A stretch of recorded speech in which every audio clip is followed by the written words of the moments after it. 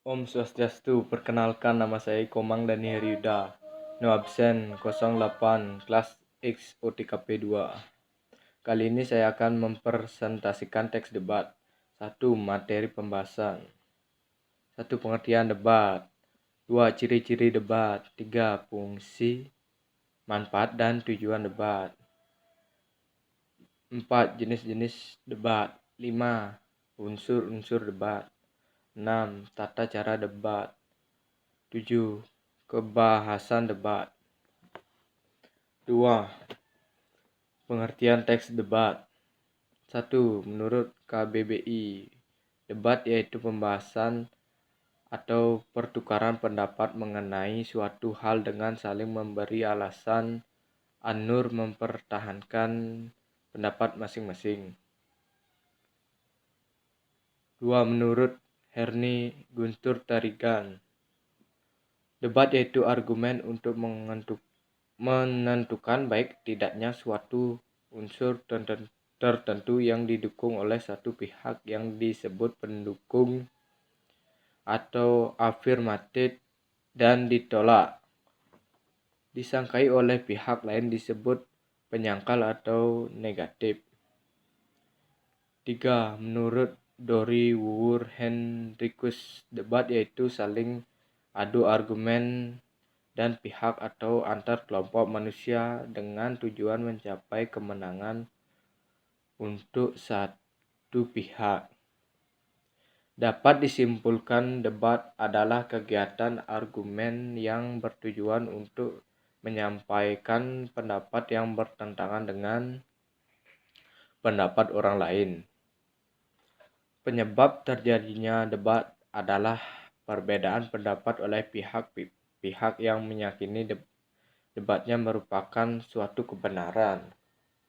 Debat terjadinya secara alami di dalam kehidupan masyarakat. 3. Ciri-ciri debat. 1. Terdapat dua sudut pandang, yaitu afirmatif atau pro, pihak yang menyetujui topik, dan negatif atau kontra, pihak yang tidak menyetujui topik. 2. Adanya proses saling mempertahankan pendapat antara kedua belah pihak. 3. Adanya adu argumentasi yang bertujuan untuk memperoleh kemenangan. 4. Hasil debat diperoleh melalui voting atau keputusan juri. 5. Sisi tanya jawab bersifat terbatas dan bertujuan untuk menjatuhkan pihak lawan. 6. Adanya pihak yang berperan sebagai penengah yang biasanya dilakukan oleh moderator. 4. Fungsi, manfaat, dan tujuan debat. 1. Fungsi manfaat debat. Untuk melatih mental dan keberanian. 2. Untuk meningkatkan kemampuan solutif. Untuk memantapkan pemahaman konsep. Untuk melatih sikap kritis. 2. Tujuan debat. Tujuan debat secara umum adalah untuk mendiskusikan atau memutuskan masalah dan perbedaan atas suatu hal. Selain itu, tujuan debat diantaranya yaitu 1. Melatih keberanian mengumumkan pendapat. 2. Melatih mematah pendapat lawan. 3. Meningkatkan kemampuan merespon suatu masalah. 4. Memantapkan pemahaman konsep seorang terhadap materi atau pelajar yang telah diberikan. 5. Melatih seorang untuk bersikap kritis terhadap semua teori yang sudah diberikan. 5. Jenis-jenis debat. 1. Debat parlemen atau majelis. Parliamentary of Assembly Debating. Sesuai dengan namanya, debat parlemen atau majelis terjadi di tatanan eksekutif, yudikatif, atau legislatif suatu negara. Debat ini biasanya membahas mengenai undang-undang, kebijakan, atau hal-hal yang berkaitan dengan ketatanegaraan. 2. Debat pemeriksaan ulangan. Cross-examination debating. Debating pemeriksaan ulangan dilaksanakan untuk memeriksa ulangan dan mengetahui kebenaran pemeriksa sebelumnya. Debat ini mengundang banyak pertanyaan yang saling berkaitan agar dapat mempertahankan posisi masing-masing tim. Jenis debat ini biasanya sering ditemukan persidangan yang terjadi antara jaksa dan pengacara. 6. Debat formal, konvensional atau debat pendidikan. Formal, conversational or educational debating.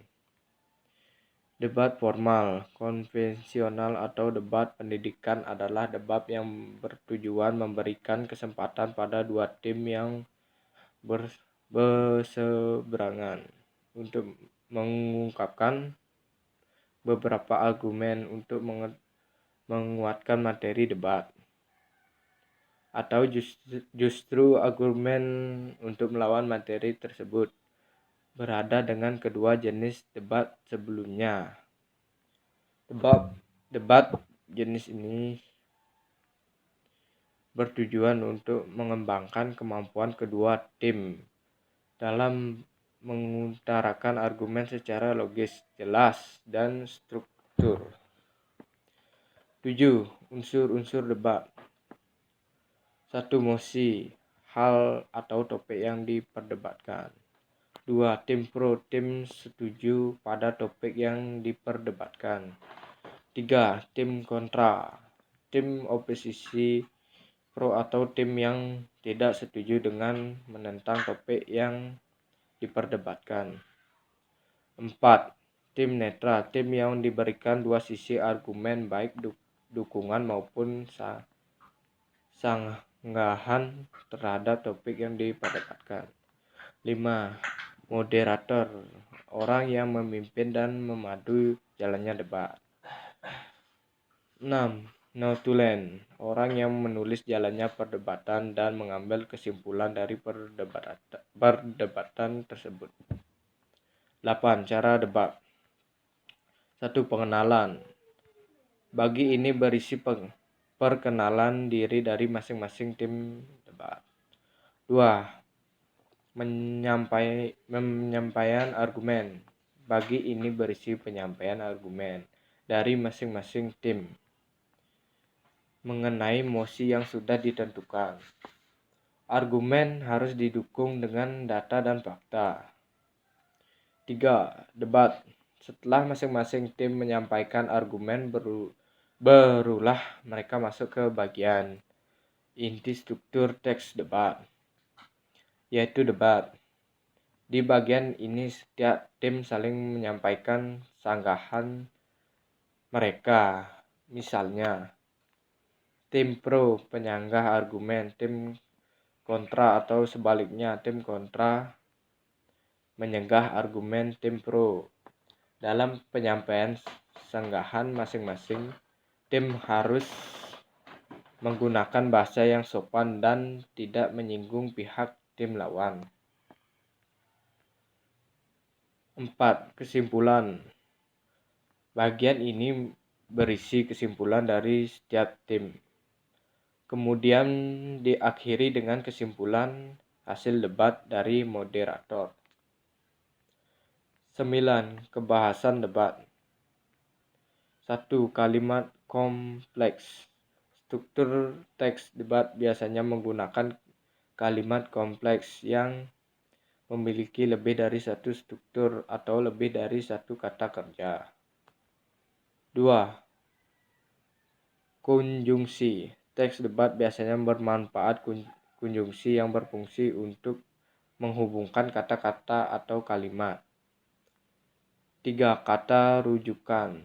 Teks debat biasanya menggunakan kata rujukan yang berfungsi untuk menjelaskan pemilik atau pemberi informasi. Sekian dari saya. Saya ucapkan terima kasih. Om Santi Santi Santi Om.